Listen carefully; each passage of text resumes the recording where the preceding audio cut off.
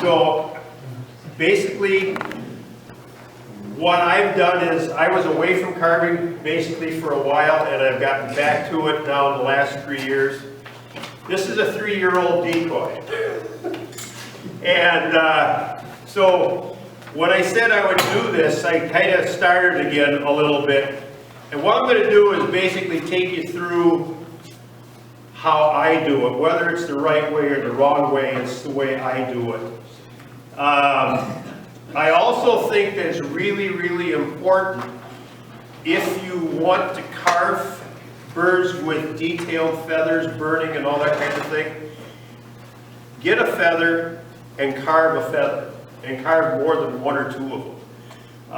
Because I think that you learn so much. The last couple years at the game fair, I've been carving pheasant feathers, tail feathers. And you get flips, you get splits, you get ripples, all of these different things. And as you go through, you learn that much more about what a real feather looks like. And then you have the challenge of having to paint just that one feather. Pheasant feather is a real challenging feather. The tail feather is a real challenging one. The wings and that sort of thing. So I'll pass these kind of around as we kind of go through. I want to get that sketchboard over here too, so I can kind of go a little bit more so you don't skewer yourselves with the pins. Be careful. This is what we're trying to duplicate as we do this stuff. And I think that I'll grab this. I hope we can steal this stuff.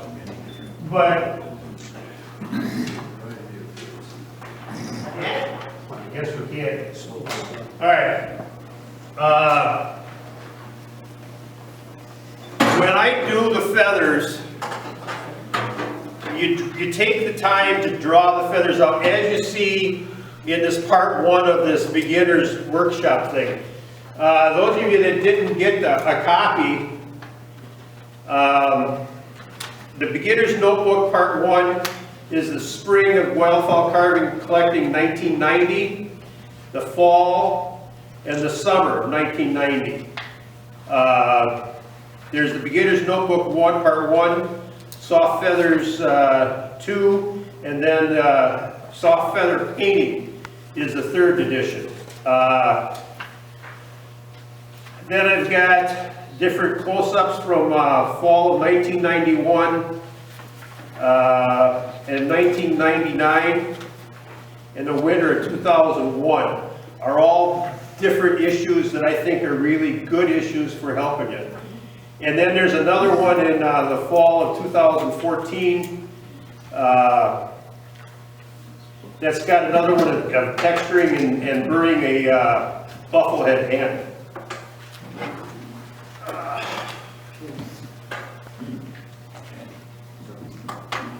You can, if you want to, you can kind of round or a rounded pear-shaped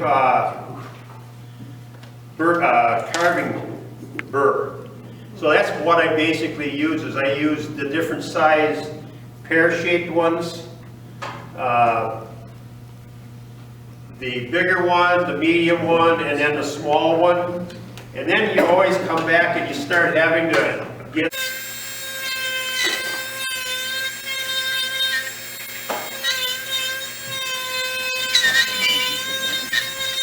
You don't have to be, you want to have some interest points in it, so you might go a little bit deeper in some of them and a little bit shallower in some of them.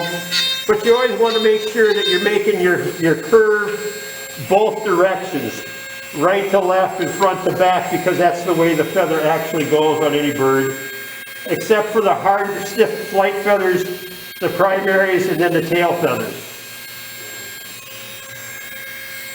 Okay, when I do that, and I'll outline it, then I'll come back and knock that edge off.